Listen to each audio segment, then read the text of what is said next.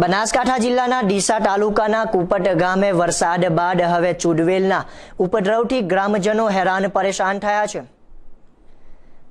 ચુડવેલના ઉપદ્રવથી ગ્રામજનો કેવી યાતના વેઠી રહ્યા છે, જોઈએ અમારા અહેવાલમાં।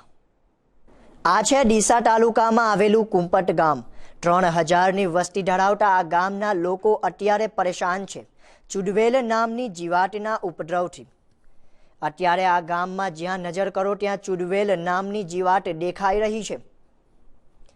લોકો સવારથી સાંજ સુધી સાવરણી લઈને આ જીવાતને તેમના ઘર અને આંગણામાંથી બહાર નીકાળે છે। આ ચુડવેલોનો ત્રાસ બહુ વધી ગયો છે અને 10-15 ઘર તો નીકળી ગયા, પણ વધારે નીકળવાની જરૂર છે અને ટ્રેક્ટર અને ટોલાનું બધું સગવડ કરી રહ્યા છે। આ ચુડવેલોનો એટલો બધો ત્રાસ વધી રહ્યો છે ત્યારે વધીને ખાવું પણ મુશ્કેલ છે અને સરકારને કહેવાય કે જલ્દી જે જલ્દી એના દવાનો છંટકાવ દે। પૃથ્વીરાજ દરબાર। પરંતુ જેટલી બહાર નીકાળે છે તેનાથી બમણી ચુડવેલ પાછી આવી જતા લોકોની મુશ્કેલી વધી છે।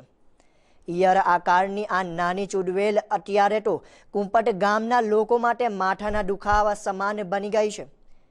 ઘરની દિવાલ હોય કે પાણીની ટાંકી, સૂવા માટેની જગ્યા હોય કે પછી ઘરનું આંગણું, જ્યાં જુઓ ત્યાં બસ ચુડવેલ ચુડવેલ। 4-5 દિવસથી વરસાદ આવ્યો તારની આવીને આવી ચુડવેલો પડી છે। 5 દિવસથી રોકતાય નહીં, ખાતાય નહીં, પાણીમાં અંદર ચુડવેલો, ઘરમાં ચુડવેલો।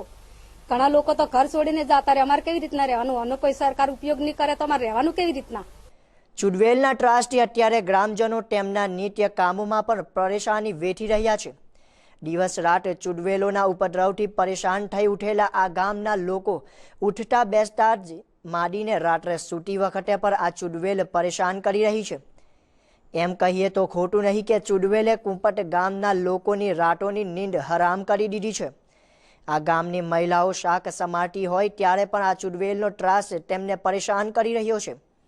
અમારા ગામમાં 4-5 દિવસથી ચુડવેલનો ત્રાસ વધી ગયેલો છે। અમે એવો દવાનો છંટકાવ કરેલો છે અને એનાથી જે સરકારમાં કોઈ પણ રીતે એવી દવા મળતી હોય અને જે અમારા ગામમાં થોડોક રાહત થાય એવી અમને સરકાર થોડી સહાય કરે એવી અમારી રજૂઆત છે સરકાર।